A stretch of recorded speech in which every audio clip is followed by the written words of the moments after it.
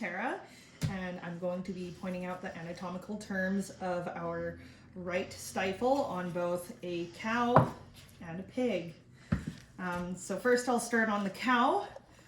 I have the diaphysis, which is the long portion of the bone. Here on the femur it would go here, and down here on the tibia.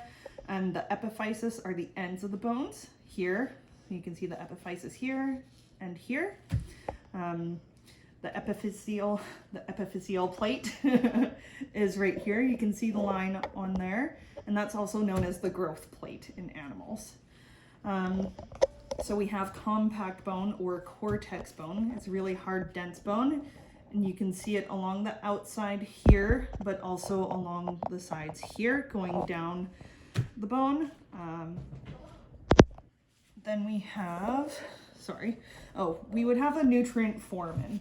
So it would insert somewhere along the shaft of the bone, and that's where nerves and blood vessels go through. Then we have the medulla, which is where the bone marrow sits in. So it's along the shaft, and it's the canal that the bone marrow sits in.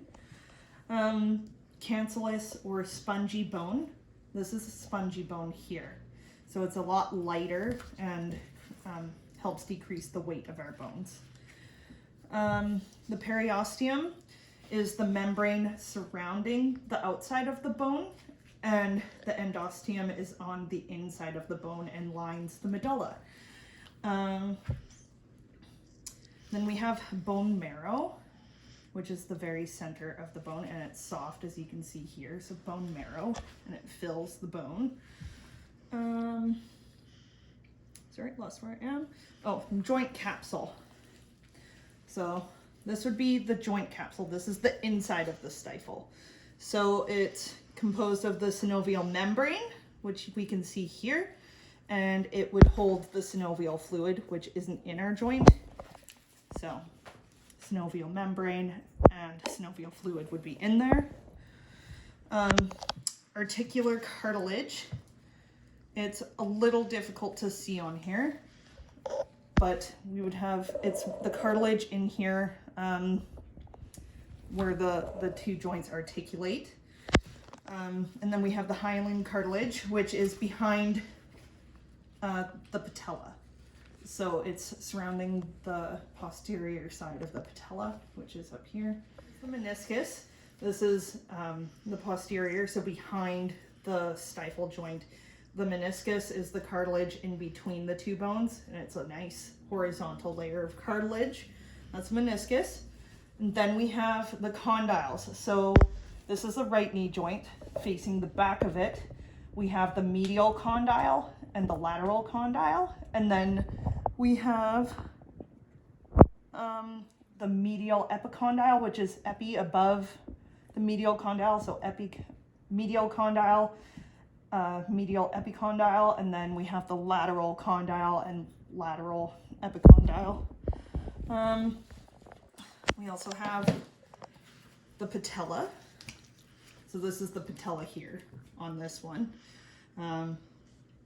We have the trochlear groove, which is where the patella articulates over. Tibial crest. Sorry. So here we have the front of the tibia. So we have the point just below. This is the tibial tuberosity, and it goes down forming the tibial crest along the front of the tibia. And then the fibia is on the lateral side of the bone. It's not on this one. However, we do have it on this one. If I can find him. He's gone. Oh, where is it? Do I have it upside down? I do. There we go. That's why I have it upside down. Oh, I hate videos. So I have the front here, and then it was on the medial side. So I have where the tibia would be. It's on the lateral side of the right knee joint. So it's right here on the lateral side. It's hard to see on this though.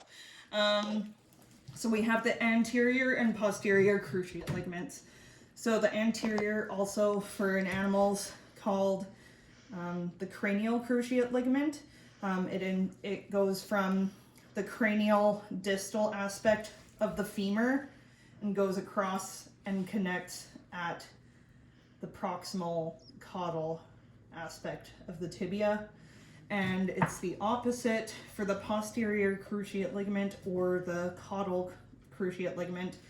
It goes from the distal caudal portion of the femur and down to the cranial proximal end of the tibia. That's a mouthful. And then we have the patellar ligament, which is the ligament that helps articulate the patella across the front of the stifle. So we have the patellar ligament, and it would go up here as well. The drawer test, that's to help test for a ligament tear.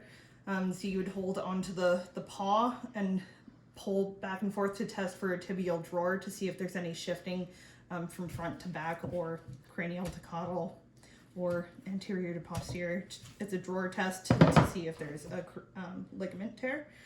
And then the difference between human and vet nomenclature. So we use anterior and posterior in humans. However, we use cranial and caudal in animals. And that's my video. Thank you.